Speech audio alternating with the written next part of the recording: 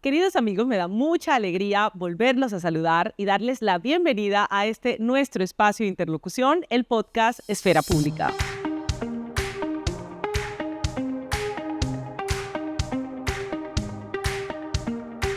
Estaba yo ya demorada en grabar lo que es el cuarto episodio del podcast Esfera Pública y he recorrido entre unos y otros temas, pero he tenido en mi corazón desde hace mucho tiempo la intención de hablarles de un tema que está, creo, en la boca de muchas personas, que es una preocupación del país, que es una preocupación de muchos gobernantes nacionales, territoriales, y creo que se hace necesario que en la opinión pública del ciudadano, de a pie, de la gente de este territorio, pongámonos a pensar y a aclarar conceptos respecto de lo que es la transición energética.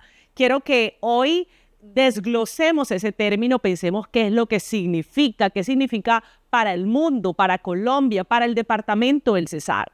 Y esto lo hago además como preámbulo a un evento que quiero contarles, estoy organizando desde hace varios meses con mucho cariño y con mucho esfuerzo y que se va a desarrollar aquí en Valledupar el próximo jueves 30 de mayo a partir de las 8 de la mañana en el Auditorio Macondo de la Fundación Universitaria del Área Andina, que se llama precisamente el Foro sobre Transición Energética, cómo se hace y cuál es el precio. Como preámbulo entonces, y para ir aclarando conceptos, tengo hoy como invitado a un experto en la materia. Es Amat Zuluaga, profesor de la Fundación Universitaria del Área Andina y además director del Observatorio de Transición Energética del Caribe. Entonces, se lo voy a presentar y con él vamos a desglosar y a entender qué significa este concepto de la transición energética y cómo debemos comérnoslos aquí en el Cesar. Entonces, Amat, bienvenido a este podcast. Muchas gracias por aceptar la invitación de participar. Hola Claudia, muchas gracias a ti y obviamente a todas las personas que ven este espectacular podcast. Yo te he venido siguiendo y haces un trabajo fenomenal, así que estoy muy agradecido por esta invitación.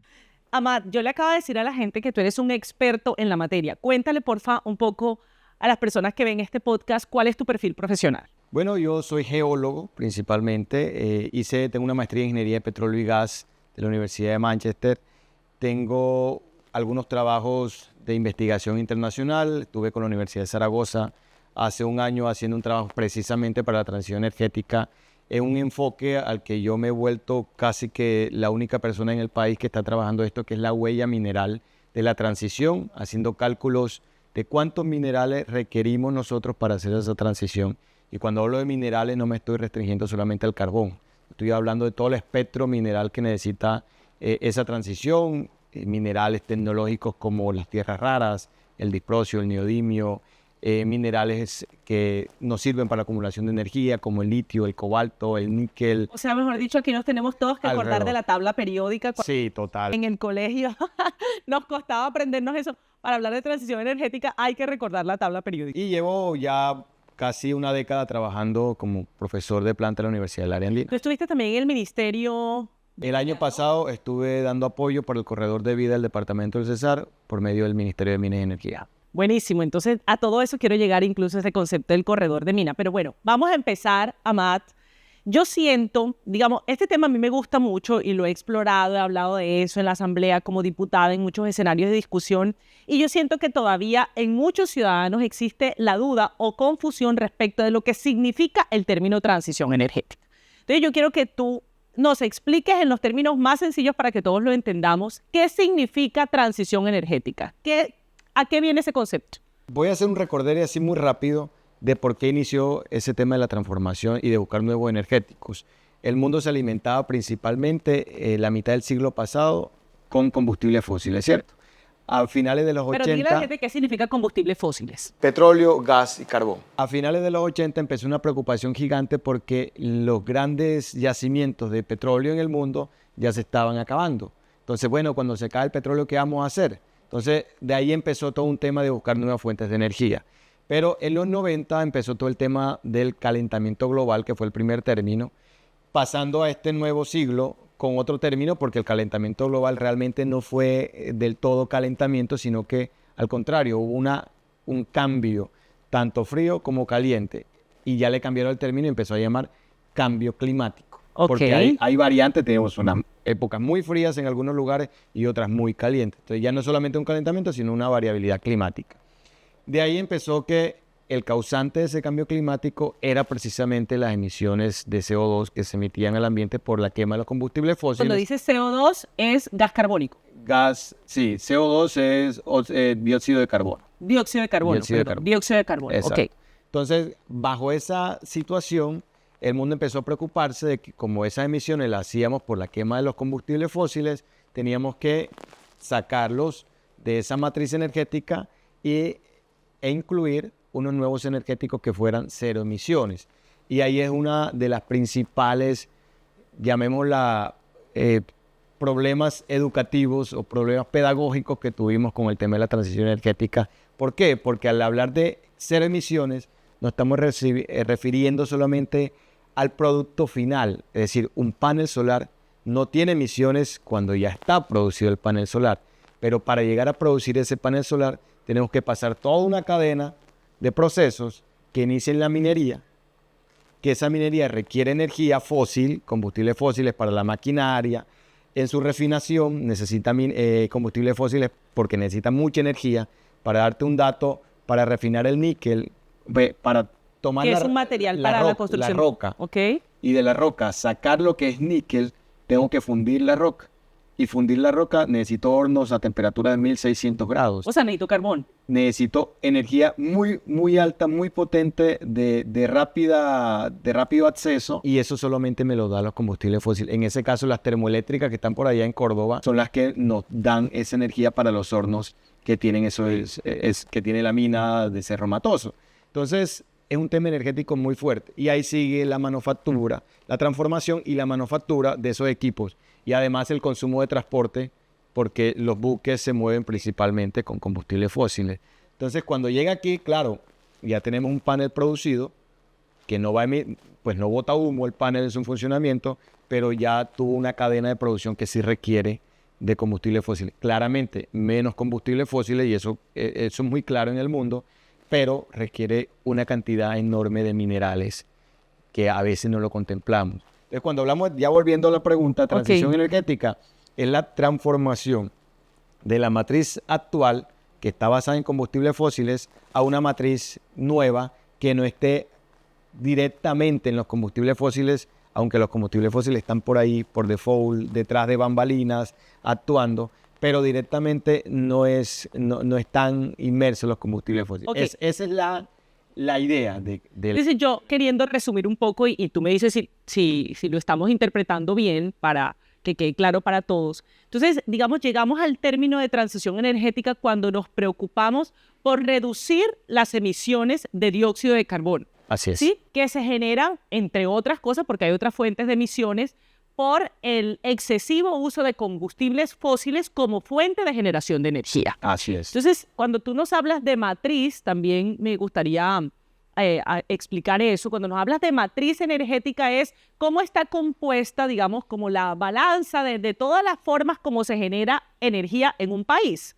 En Colombia, por ejemplo, ¿qué hace parte de la matriz energética? ¿Cómo se genera la energía en Colombia? Hablemos de nuestro país. Eso es de los mayores retos que tiene la transición. Porque nosotros estamos idealizados que la energía del país es la que viene por los cables a nuestras casas. Y eso es solamente un renglón muy pequeño de la matriz energética. Eso es la electricidad o la matriz eléctrica de Colombia. Y la electricidad en el país corresponde al 16% en promedio del consumo del país. O sea, toda la energía de nuestros hogares, de nuestras ciudades, de todos los pueblos del país, es el 16%. O sea, de toda la energía que se produce en Colombia, solamente el 16% se usa para la electricidad. Es electricidad, digamos, correcto. Se consume, veo en otras formas. El 84% restante es transporte, que es combustibles fósiles, gasolina, gas, diésel. La industria, que es como un 27%, que también está mucho el tema del gas, el petróleo, el diésel. Hay un renglón pequeño de electricidad. Y hay otro que es supremamente importante, el 12% de las zonas rurales por leña y biomasa. Es una falencia gigante. Un reto importantísimo. El 12% es casi un poquito menos, 4 puntos porcentuales menos que todo lo que consumen las ciudades en el sector Eso doméstico. es lo primero que debemos reemplazar. Ese sería el primer punto a reemplazar realmente si fuéramos entonces, honestos. de toda esa generación de energía en Colombia que ya nos estás diciendo, el 16% solamente es para la energía eléctrica, de toda esa generación en Colombia, hablemos de nuestro país y pudiéramos luego comparar con otros países, ¿cuál es nuestra principal fuente de generación de energía? De ¿Son los electricidad. combustibles fósiles? De energía, el 84% De generación fósil. de energía. 84% ¿Y de electricidad? fósil. Y de electricidad, principalmente son las hidroeléctricas. Entonces, cuando hablamos del país, que el 70% de la energía del país son hidroeléctricas, el 70% De la del energía 16%. eléctrica. Ok. Es decir, que al final las hidroeléctricas se abastecen al país cercano a un 10% de la matriz total, ¿no? El otro 30%, estoy hablando de condiciones normales, ¿no? Porque te diste cuenta que ahorita con el En el tema fenómeno del Niño se bajó a menos del 50 y nos las tocó aumentar la hidroeléctricas producción por carbón. y aumentamos entre carbón y gas, aumentamos más del 50% la producción del país. Ese otro parámetro de electricidad, ese otro 30%, me lo abastece el carbón y el gas en términos eléctricos. Pero eso es más o menos el 5% de toda la matriz del país. Y esos son los retos gigantes que tiene la transición. Si abasteciéramos todas las ciudades del país con nuevos energéticos, estaríamos abasteciendo el 16% de la energía del país. Todavía tenemos un reto gigante del 84%. Entonces, bueno, eso ya nos va poniendo en sintonía. Ahora yo quiero, para ir aterrizando un poco las preocupaciones de nuestro territorio, nosotros pues lo hemos dicho muchas veces, creo que la mayoría de los cesarenses y los colombianos lo saben. El departamento del Cesar es un territorio que en términos económicos depende demasiado. Yo diría casi que dependemos absolutamente de un motor económico que se desprende de la explotación minera, específicamente la explotación de carbón, Sí. ¿cierto? Y lo digo con cifras. El Cesar hoy tiene un Producto Interno Bruto representado en un 53% por explotación de minas y canteras. Y si uno mira ese PIB del Cesar, el Producto Interno Bruto, se da cuenta que después de la minería, que está en el 53%, cifras de enero del Ministerio de Industria y Comercio, en el segundo lugar aparece la administración pública. Eso te dice, oye, ¿cuáles son las otras industrias del Cesar? Que luego de la industria minera no te aparece sino el gasto público. O sea, aquí hay un problema serio en términos económicos. Pero además, si te vas a mirar el tercer lugar, te aparece el comercio, pero con un valor muy bajo, ponle un 17% aproximadamente. Y en cuarto lugar aparece el sector agro, actividades agrícolas y ganaderas, con no supera 8 o 9%, dependiendo de la cifra que mires. Pero si tú miras el segundo y el tercer lugar, es decir, administración pública, comercio y servicios, te das cuenta que estas dos actividades económicas o estas dos movilizaciones económicas también dependen mucho de la minería. ¿Por qué? Porque la administración pública, por ejemplo, hablemos de la gobernación del Cesar, de la administración departamental, sustenta su principal fuente de inversión son las regalías, es decir, lo que viene de la industria minera. Para dar unas cifras, en este cuatrienio 2024-2027, los recursos que espera recibir el Cesar por concepto de regalías son aproximadamente 1 billón de pesos. Eso es casi que la inversión de libre destinación del Cesar, por lo menos el 60% de ella, de la de libre destinación. Pongámosle comillas a libre, porque el Cesar va a tener un presupuesto de aproximadamente 3.8 billones contando las transferencias nacionales y contando algunos recursos propios que son muy pequeños. Pero la inversión gruesa de este departamento se hace con recursos de regalías. Pero además, si tú vas a ver el tercer renglón del PIB, que es el comercio y los servicios, pues te das cuenta que la actividad minera, los ingresos que genera esta actividad económica para miles de trabajadores y todos los tributos que se generan alrededor de esa economía, pues también sustentan el sector servicios. No hay sino que mirar lo que pasó con la Jagua de Ibirico, con un municipio, con el cierre de Prodeco, cómo se afectó toda la actividad y la dinámica económica del pueblo. Claro. La señora que alquilaba su habitación ya dejó de alquilarla. En la industria y comercio o el impuesto de industria y comercio de los municipios se bajaron. Todo este comentario rápido para decir, para el departamento del Cesar, la explotación de minas y canteras es, Amad, principalmente una actividad económica. Es un negocio para el Cesar, es una fuente de generación de ingresos. No es, y tú me corriges si crees que me equivoco, no es una fuente de generación de energía para los cesarenses, insisto. Yes. ¿Tú estás de acuerdo con esos planteamientos? De hecho, si hacemos el ejercicio, colocamos al Cesar todo lleno de paneles solares produciendo energía, la condición, y quitamos el carbón, la condición económica del país sería desastrosa. ¿Por qué? Primero porque la energía del departamento no viene del carbón. El carbón simplemente, como tú lo dices, es una actividad económica. Por eso, en este foro del que estoy promoviendo, la pregunta del foro principal dice cómo se hace y qué precio tiene o cuál es el precio. Lo que queremos buscar es, para nosotros, transición energética. Realmente, en el fondo, lo que estaríamos buscando es una transición productiva, una diversificación productiva, porque nosotros, los cesarenses, reemplazando o mitigando el negocio del carbón, lo que buscamos no es cambiar nuestra fuente de generación de energía, porque ya tú dijiste cómo la generamos, sino cambiar una fuente de generación de ingresos. Por eso, en los paneles de este foro van a estar académicos, líderes gremiales, van a estar economistas, personajes de la vida pública nacional que han estado en los órganos gubernamentales más importantes en la toma de decisiones de este sector. Y yo quiero, Amad, hacerte algunas preguntas también buscando tu opinión respecto de ese proceso de diversificación productiva. Y yo lo planteo en los siguientes términos. Si el Cesar quisiera dejar de depender económicamente del carbón y plantear otras industrias que lo reemplacen, ¿cuál crees tú serían los retos más importantes que enfrentaría el Cesar en ese camino? Uno de los principales retos, Claudia, es reemplazar una industria de la magnitud de la minería con otra industria que puede ser agrícola, pecuaria, que es lo que se habla mucho en el departamento. Pero esas industrias deben tener unos retos enormes, y enormes porque a veces estamos pensando en los 80, cuando producíamos a pico y pala, y hoy la competencia y el mundo globalizado no me puede permitir producir a pico y pala porque no soy competitivo. Entonces yo tengo que ingresar con un tema tecnológico. La agricultura debe ser tecnológica. Eso suena a veces raro. Para poder competir. Claro, a veces suena raro, pero y yo he discutido mucho con otras personas a nivel nacional que no necesitamos directamente campesinos. Es decir, campesinos como tal que labran en la tierra a pico y pala. Tenemos que hacer todas esas personas que viven en el campo, rurales, estos campesinos, y transformarlos, llevarles tecnología, decirle, mira, genéticamente tú puedes modificar porque tenemos cambios climáticos. Hoy no es lo mismo el maíz que se sembraba en los 80 que se debe sembrar hoy, porque no va a resistir. Por ejemplo, nosotros tenemos una economía, la agrícola, ese 8% del PIB, perdóname te interrumpo, agrícola, está representado en palma africana principalmente. Nosotros tenemos más de 400.000 hectáreas disponibles para la agricultura, aptas para ese sector, pero no tenemos más de 150.000 hoy efectivamente cultivadas, pero casi 80.000 de ellas son palma. Y un reto de la industria de la palma hoy es precisamente lo que tú acabas de decir, hacer o ir reemplazando la palma que tenemos sembrada hace tantos años por una que sea resistente a las plagas y que sea, digamos, menos vulnerable no solamente al cambio climático, sino a las nuevas presiones biológicas que están afectando esos cultivos. Y además que podamos ocupar menos terreno y ser más productivos. Ahora, lo que queremos decir con esto, y creo que tú estás de acuerdo conmigo, no es que eso sea imposible. O sea, hacer de y es nuestro sueño, y creo yo que a donde deben dirigirse los esfuerzos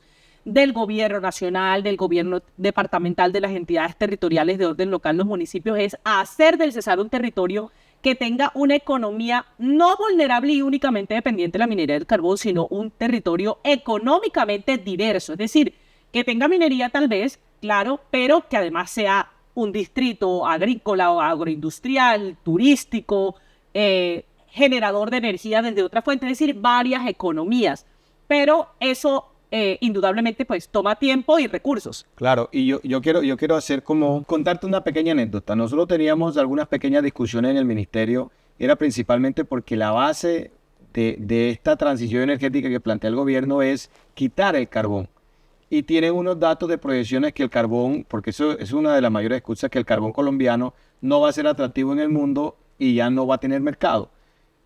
Pero con esa excusa la usan para que no haya más tema de producción de carbón en el país.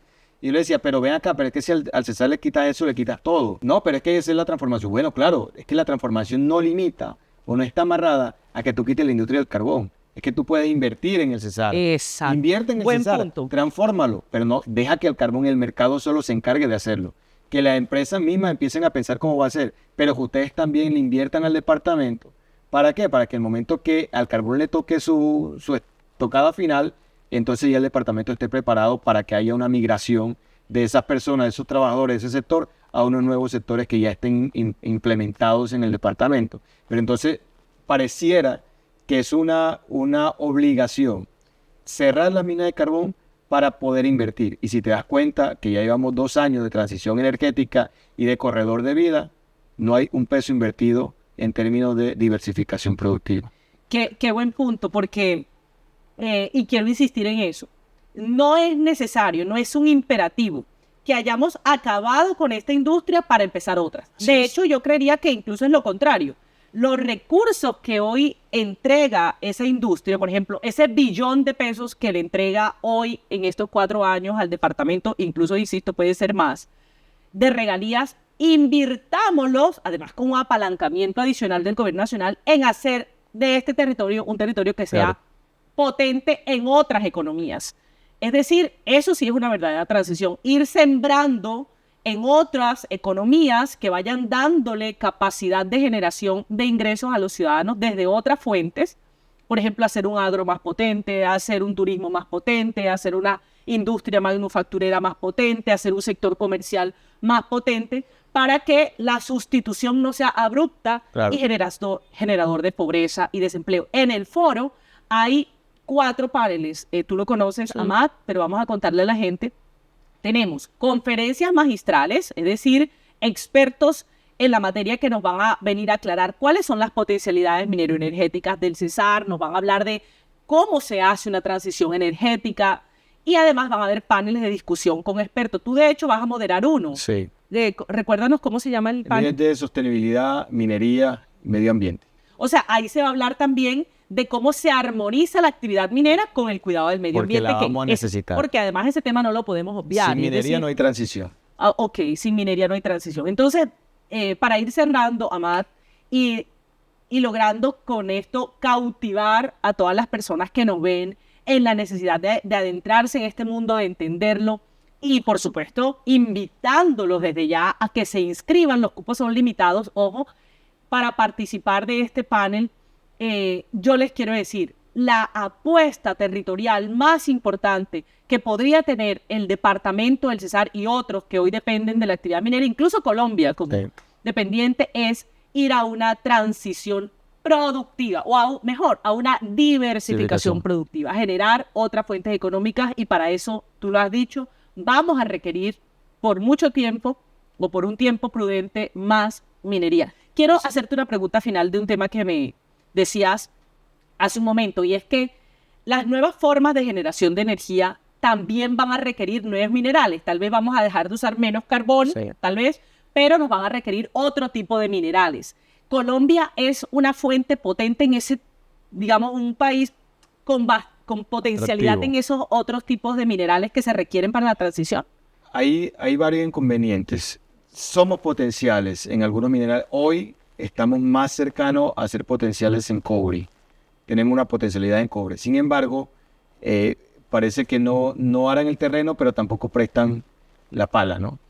Y es que los proyectos de cobre tampoco se están permitiendo, no lo están permitiendo aquí en el Cesar vi una noticia reciente. Ahora, en el Cesar y Guajira, en la serranía de Perijá, tenemos unos distritos minerales interesantes con respecto a cobre, y de hecho hay una empresa que lo ha venido explorando, y esa empresa vendió parte de sus acciones a una empresa que es todavía más grande en términos de exploración del territorio por cobre, porque ve unas potencialidades muy altas. Es decir, además del carbón, ahora podemos tener cobre, que ahí sí, si nos dicen que no vamos a hacer minería de cobre, nos están diciendo que no podemos, que no quieren tampoco hacer transición energética. Que tampoco hay transición energética, porque sin cobre no hay transición energética. Es de los elementos principales, porque no solamente está en la producción de equipos, sino también está en la red de transmisión y distribución de energía.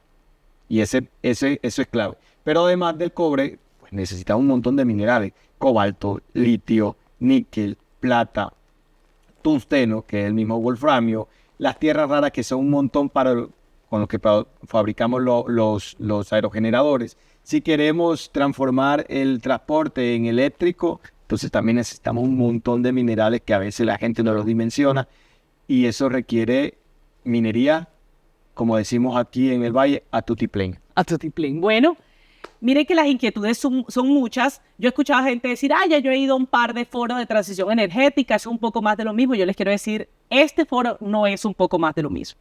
De verdad que hemos planeado un evento que aborda todas las temáticas desde el punto de vista económico, desde el punto de vista ambiental, desde el punto de vista de la política pública. Vienen personajes tan importantes como de la industria, como el doctor Kiko Lloreda, Francisco Lloreda, que fue director de la Asociación Colombiana de Petróleo y Gas. Viene el presidente de la Asociación Colombiana de Minería. Viene el exministro de Hacienda Mauricio Cárdenas Santamaría. Viene el exministro Alejandro Gaviria. Viene un ex senador de la República que ha sido, digamos, muy partícipe de las discusiones nacionales en el tema minero energético, como lo es Jorge Enrique Robledo.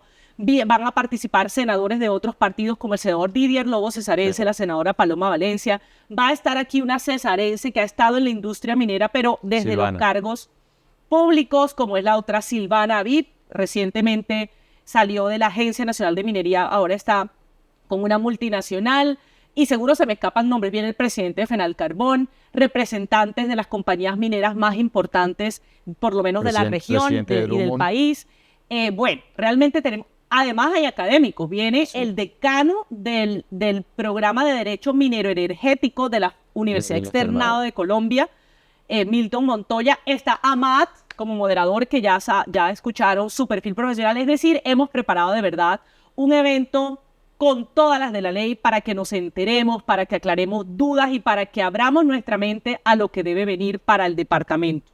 El gobierno nacional está diciéndonos, inauguremos el corredor de vida, y nosotros lo que esperamos es que ese anuncio lo que contenga es un compromiso grande de inversiones serias para diversificar económicamente nuestro territorio. Y ese es el componente del cómo se hace y cuál es el precio del que quiere hablar el próximo foro. Entonces, Amat, yo te pido que tú también invites a los ciudadanos a participar de este evento el 30 de mayo.